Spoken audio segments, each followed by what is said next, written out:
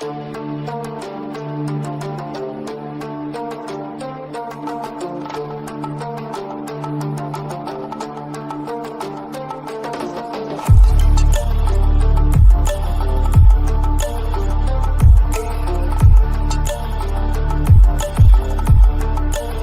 दोस्तों, कैसे हैं आप।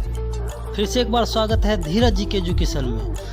आज मैं आपको एक ऐसे देश के बारे में रोचक जानकारी देने वाला हूं जिस देश में साफ सफाई के मुकाबले कोई और देश नहीं कर सकता है। इस देश का अगर आप एयरपोर्ट देख लिए तो मानो किसी जन्नत में हो। यह देश एशिया महाद्वीप का बहुत ही छोटा देश है। यह एक ऐसा देश है जहां चिलगम खाने पर जेल जाना पड़ सकता है। यह देश भले ही छोटा है पर इसकी इकोनॉमी की ताकत देख दुनिया चौंक जाती है। यहाँ लोगों के बीच दही खाना कॉमन है। बिजनेस करने के लिए जन्नत है यह देश।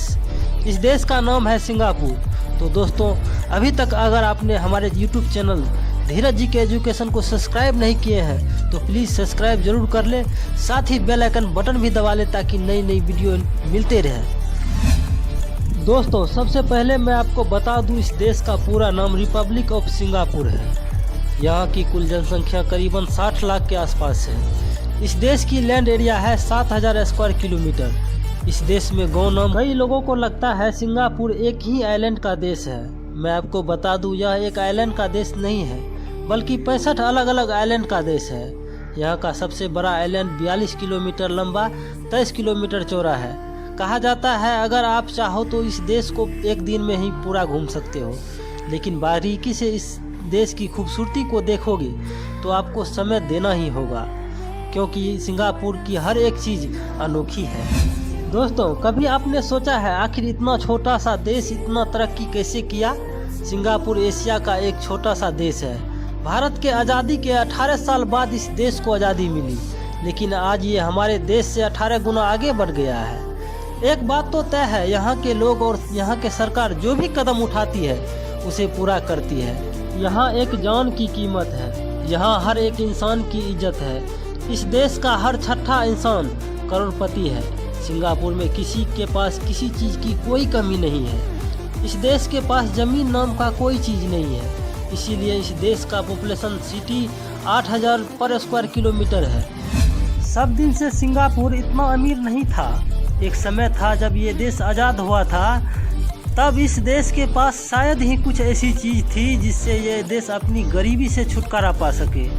सिंगापुर के पास ना ही खेती योग्य ज़मीन थी और ना ही खनिज संपदा। ज़्यादातर संख्या झुग्गी झोपड़ी में ही रहा करती थी। ये बात दूसरे विश्व युद्ध के समय का था। सिंगापुर में अंग्रेजी सेना का भारी भीड़ था, लेकिन साल 1942 में जापान ने ब्रिटेन को शर्मनाक अंदाज में हरा दिया।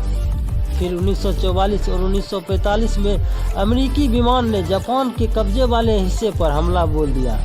इस हमले में सिंगापुर पर जोरदार बमबारी की गई, जिससे यहाँ के व्यापारी बंदरगाह पर बुरी तरह का नुकसान पहुंचा। सिंगापुर के लोगों को भारी प्रताड़ना झेलना पड़ा। इसके बाद सिंगापुर ने एक अलग कहानी को जन्म दिया। 16 सितंबर 1923 को जन्म लिए ली क्वान यू एक चीनी प्रवासी के तीसरे पीढ़ी के बेटे थे।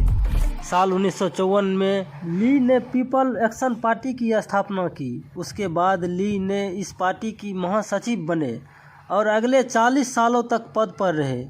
साल 1959 के चुनाव में इस पार्टी ने बहुमत हासिल की। इस तरह सिंगापुर अंग्रेज़ों के नियंत्रण से निकलकर स्वशासित राज्य बना। ली ने सिंगापुर का विलय 1963 में मलेशिया से किया, लेकिन कई कारणों के कारण यह गठबंधन ज़्यादा दिन तक नहीं चला। इसके बाद 1965 में गठबंधन से निकलकर वैचारिक रसाकसी और जातीय समूह से निकलकर एक स्वतंत्र देश बना।